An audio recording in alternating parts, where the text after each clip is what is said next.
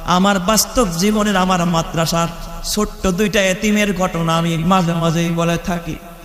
আমার বাবা, বিগত কয়েক বছর আগে আমি মাহফিল শেষ করে গভীর রাত্রিবেলায় যখন মাদ্রাসায় ঢুকলাম, আমার একটা স্বভাব, আমি বারান্দা দিয়ে একটু পায়চারি করি, রুমগুলোর সামনে দেখি কারো কোনো সমস্যা আছে কিনা। রাত্র তখন 2:45, হঠাৎ দেখি গুনগুন গুনগুন করে কান্নার আওয়াজ। শীতকাল, কোনো ফ্যান চলে না, পিনপতন স্তব্ধতা বিরাজ করে, কিন্তু গুনগুন করে কান্নার আওয়াজ।